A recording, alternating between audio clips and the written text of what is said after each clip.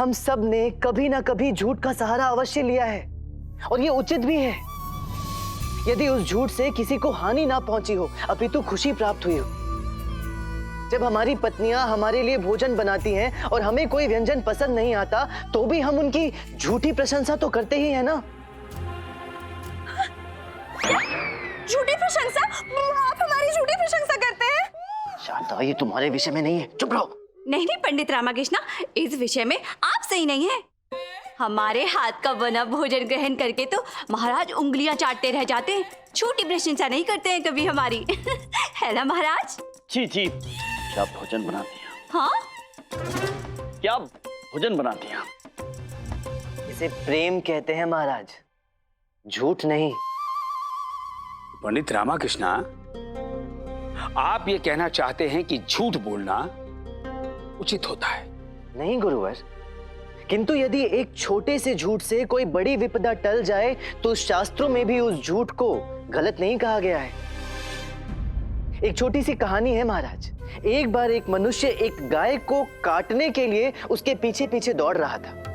गाय उसकी दृष्टि से ओझल हो गई।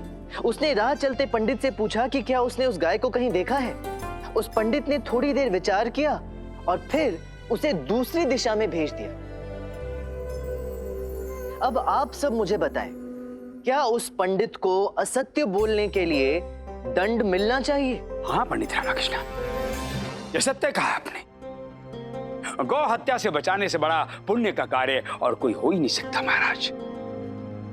अर्थात झूठ बोलकर उस पंडित ने कोई पाप नहीं किया, इसलिए उसे दंड नहीं मिलना चाहिए।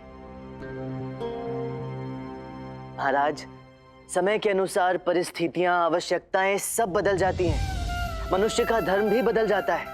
धर्म कहता है कि मनुष्य को प्रातः उठना चाहिए, दोपहर में कार्य करना चाहिए और रात्रि में निद्रा लेनी चाहिए। किंतु यदि देश की सुरक्षा का प्रश्न हो तो लोग चौकन्ना रहने के लिए पहरेदारी हेतु रात्रि भर जागते भी हैं। महाराज, आवश्यकता पड़ने पर तो गधे को भी सम्मान देना पड़ता है। जैसे कि श्री कृष्ण के पिता वासुदेव ने उस गधे के पैर पकड़ लिए थे जो रेक रहा था, ताकि दुराचारी कंस के सैनिक जाग ना जाएं। जब वासुदेव श्री कृष्ण की सुरक्षा हेतु नंदा नदी के पार उन्हें ले जा रहे थे। सत्य वचन महाराज। धर्म के लिए किया गया कोई भी कार्य और धर्म के लिए बोला गया झूठ पाप नहीं होता है। परंतु हाँ, यदि कोई व्यक्ति अपने स्वार्थ के लिए झूठ बोलता है तो उसे दंड अवश्य मिलना चाहिए। सत्य कथन है आपका गुरुवर। पंडित रामकृष्ण, मानना पड़ेगा आपको और आपकी चतुराई को।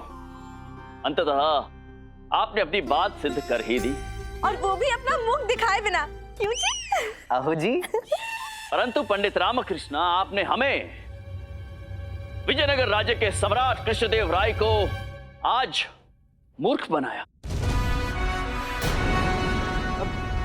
नहीं नहीं महाराज, मेरा ऐसा कोई उद्देश्य नहीं था। मैं तो बस ये अपनी... सत्य, आप ये सब हमें प्रसन्न करने के लिए कह रहे हैं कि नहीं? क्योंकि अभी अभी आपने स्वीकार किया था कि कभी कभी आप झूठ बोल लेते हैं। बोलते हैं या नहीं? हाँ महाराज। नहीं नहीं महाराज, मतलब हम इस बार मैं सत्य कह रहा हूँ महाराज।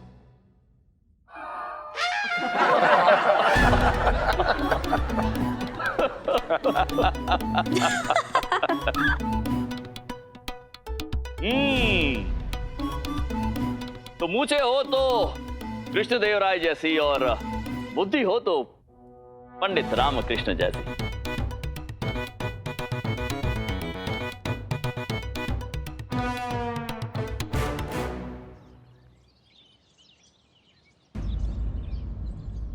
महामंत्री जी, आप जो कह रहे हैं उसमें आपको कितनी सत्यता प्रतीत हो रही है?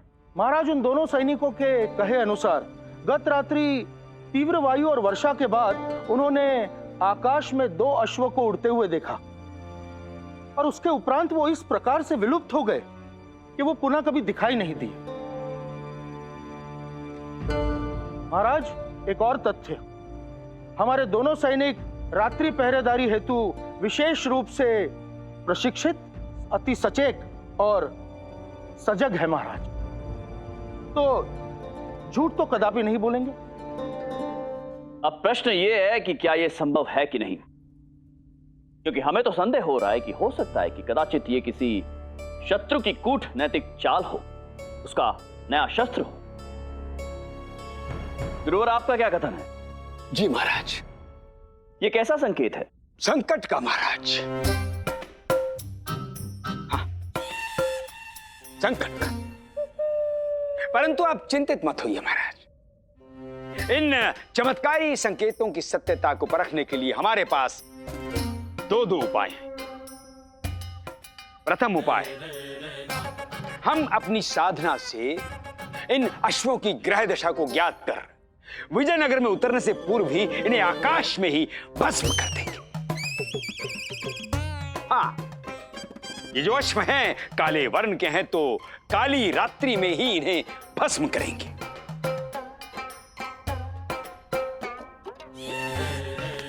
गुरुजी, ज्यादा मत उड़िए, उड़ते उड़ते फिसल गए ना तो नीचे गिरेंगे कि पाताल की खुदाई में भी नहीं मिलेंगे। अद्भुत।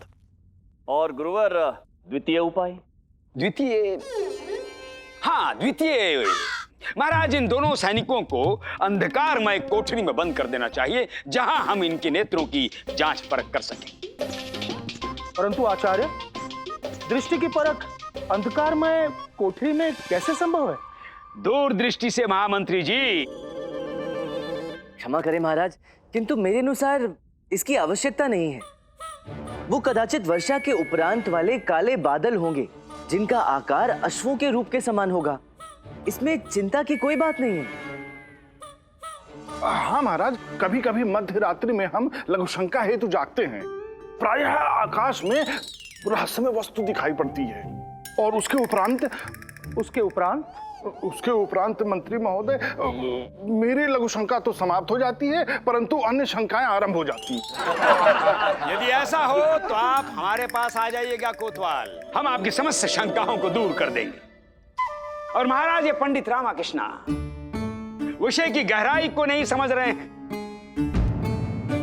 अज्ञानवश से ही कर्तव्यनिष्ठ सैनिकों की कुशलता का उपहास कर रहे हैं पंडित रामकृष्ण। नहीं गुरुवर, मैं कोई उपहास नहीं कर रहा, मैं तो केवल सत्य कह रहा हूँ। और वो ये है कि अश्व आकाश में ना तो उड़ सकते हैं, ना ही तैर सकते हैं, वो तो मात्र चल सकते हैं। परंतु दौड़ तो सकते हैं ना पंडित रामकृष्ण।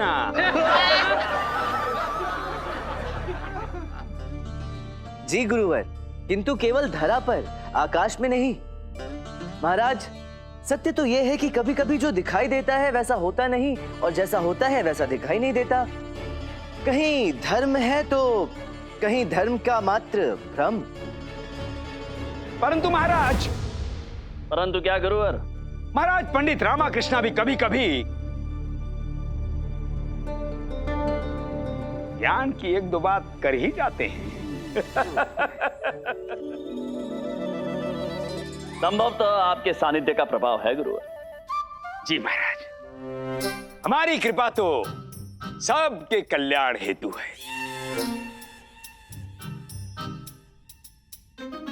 अद्भुत। पंडित रामकृष्ण जी महाराज, हम आपके कथन से सहमत हैं। मंत्रीवर, महाराज, उन सैनिकों को संदेश भेजा जाए कि उन्हें भयभीत होने की कोई आवश्यकता नहीं। जो आज्ञा महाराज। महाराज, वैसे आज राज दरबार के सभी कार्य संपन्न हो चुके हैं, केवल एक ही शेष है। सौदामिनी देवी का नृत्य।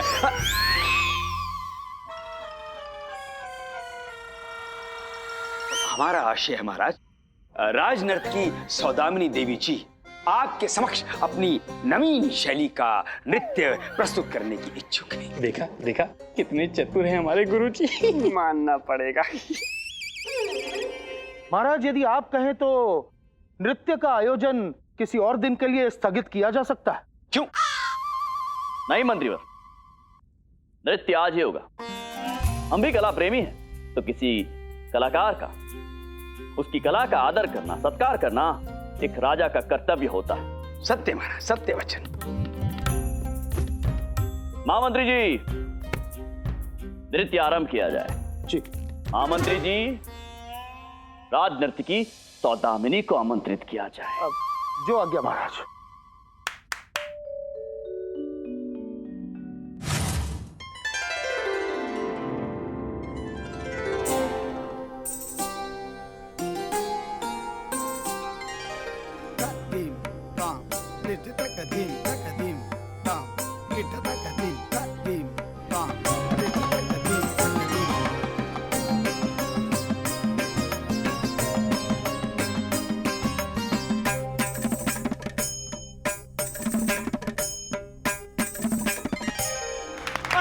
सुंदर, अति सुंदर।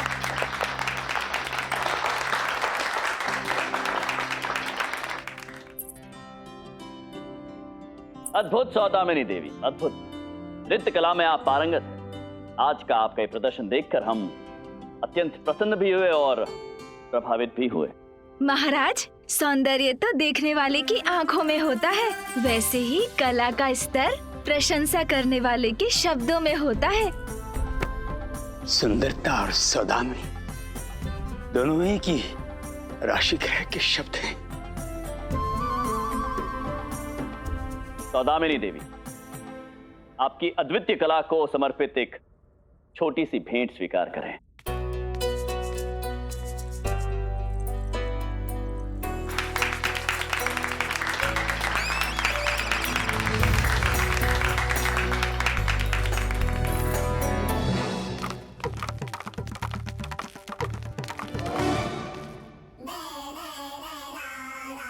मनी, ये हमारे गुरुजी ऐसे पुतला क्यों बन गए? लगता है चलते चलते चल बसे।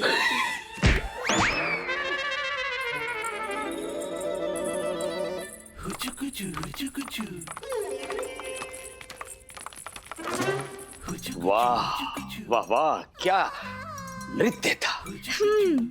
गोलू गोलू गोलू गोलू नाट्यम। है?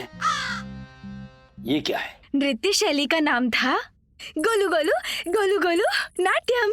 अच्छा, गोलू गोलू गोलू गोलू नाट्यम था। अति उत्तम। परंतु सौदामिनी देवी जी, आप तो वहाँ पे गोलू गोलू गोलू गोलू नाट्यम कर रही थी, किंतु हमारे गुरुजी उचक उचक के वानर नाट्यम कर रहे थे। पिछले जन्म में हमारे गुरुजी वानर थे ना, इसलिए। जाओ उधर।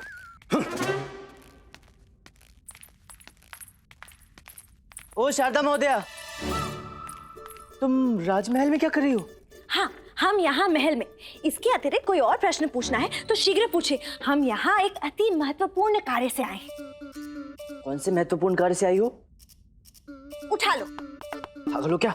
महल में कुछ नहीं उठा सकता, पकड़ा जाऊंगा, चोर कहलाऊंगा। उस राज नर्तकी की नृत्य का आनंद उठा लो, वो भी सब कुछ भूल के। हाँ हाँ, मैंने नृत्य का आनंद उठाया है, किंतु आंखें बंद करके। आंखें बंद करके? एक कार्य ठीक से नहीं होता आपसे। उपहास करने से समय बचे तो स्मरण रहे, महाराज और उनकी दोनों महारानियों को हमारे आवास पर भोजन के लिए आमंत्रित करना है। क्या अद्भुत नृत्य था। सौदामिनी, एक कार्य करते हैं, आपके निवास पर चलते हैं, वहाँ बैठेंगे, वार्ता करेंगे। आप हमें देखना, हम आपको देखेंगे, एकांत होगा। और नहीं, आज हम कुछ अच्छा देखना चाहते हैं। अच्छा देखना चाहते? मतलब आज हमें कुछ जरूरी कार्य है। कार्य से किसी का क्या होता है? आज हम आपको पाप और पुण्य का ज्ञान देने के लिए व्याकुल हैं। इसे ग्रहण करने से जो दूरियां हैं वो समाप्त हो जाती हैं। समीप आ जाओ। नहीं, दूर से। दूर से? क्या दूर से? आई है मासी, दूर गांव से। मौसी आ गई? ओहो, ये मौसी आ गई। क्यों आ गई, कैसे आ गई, कहां से आ गई? गांव में अपने घर से। घर से तो आई, हम कौन सा कह रहे हैं कि गुफा से आई है, पर क्यों आई हैं? मुझसे मिलने। वो मुझे बहुत प्रेम करती है और आज हमें उन्हें विजयनगर के रमणीय स्थल दिखाने हैं। हाँ सौदामिनी, हम तो रमणीय संगम की आस में थे और तुम अपनी मौसी के साथ रमणीय स्थल। जाइए, हम अपने हृदय पर पत्थर रख लेंगे। जाइए। हाँ, जाते हैं।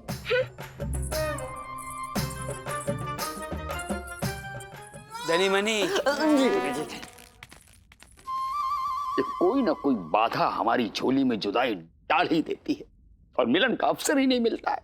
हाँ गुरुजी, किंतु आज कौन सी बाधा उत्पन्न हो गई? अरे मौसी, मौसी। हमारे गुरुजी की प्रिय मौसी का स्वर्गवास हो गया। भगवान, उनकी आत्मा को शांति मारना। चुप मूर्खो पापियो, हमारा कोई नहीं मरा है।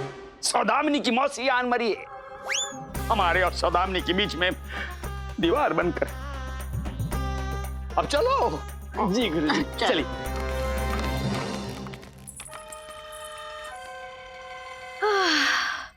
गए। राजनीति जी, किससे भेंट करनी है आज आपको? आज हमें किसी से कोई भेंट नहीं करनी है। आज हम बहुत प्रसन्न हैं। आज तो बस हम प्रकृति की गोद में समय व्यतीत करना चाहते हैं। हाँ, अच्छा चलो हमारे साथ महल के बगीचे में चलते हैं। हाँ चलिए। निमंत्रण तो मैं स्वयं दे सकता था, तुम्हें आने की क्या आवश्यकता थी?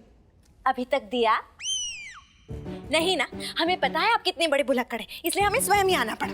ठीक है, आ गई हो तो अच्छा ही है। मैं तो वैसे भी प्रतिदिन महल आता हूँ, कभी कभार तुम्हें भी आना चाहिए। किंतु निमंत्रण देने का अवसर क्या है?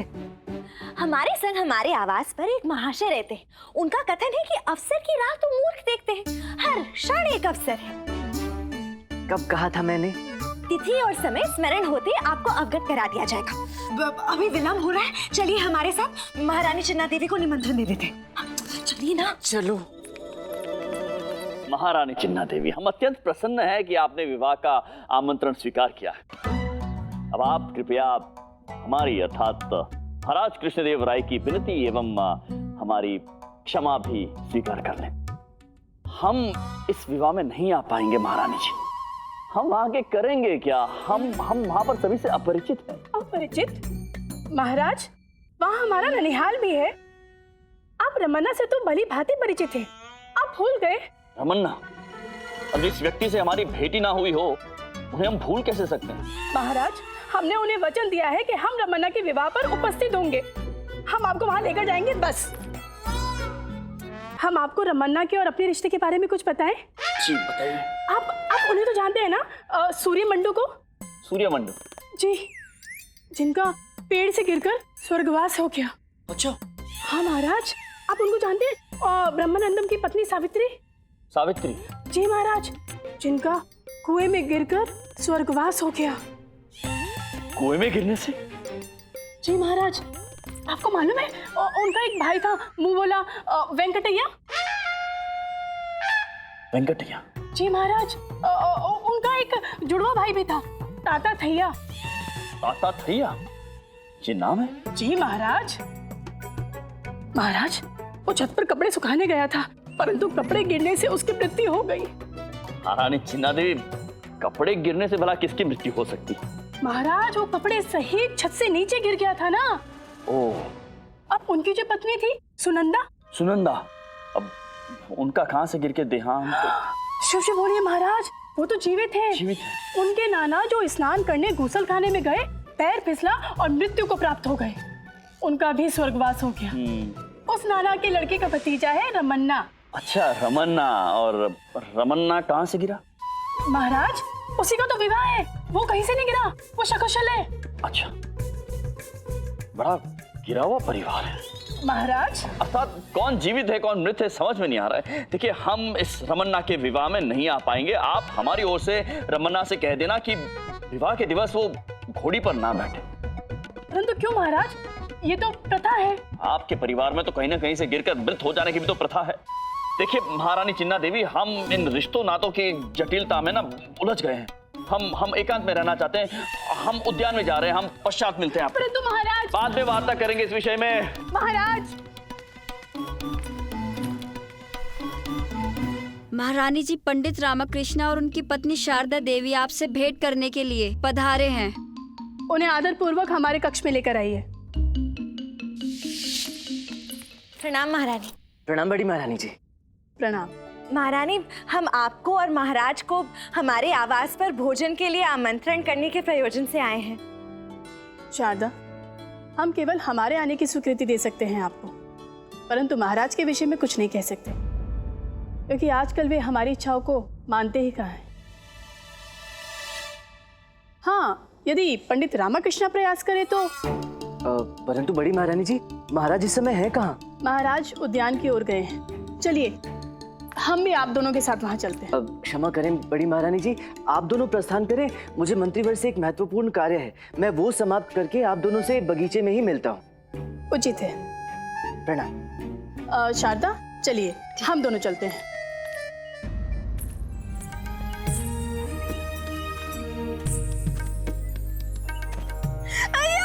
हमारी आंखों में आघात हुआ है, कोई हमारी सहायता कीजिए, हमारी सहायता कीजिए।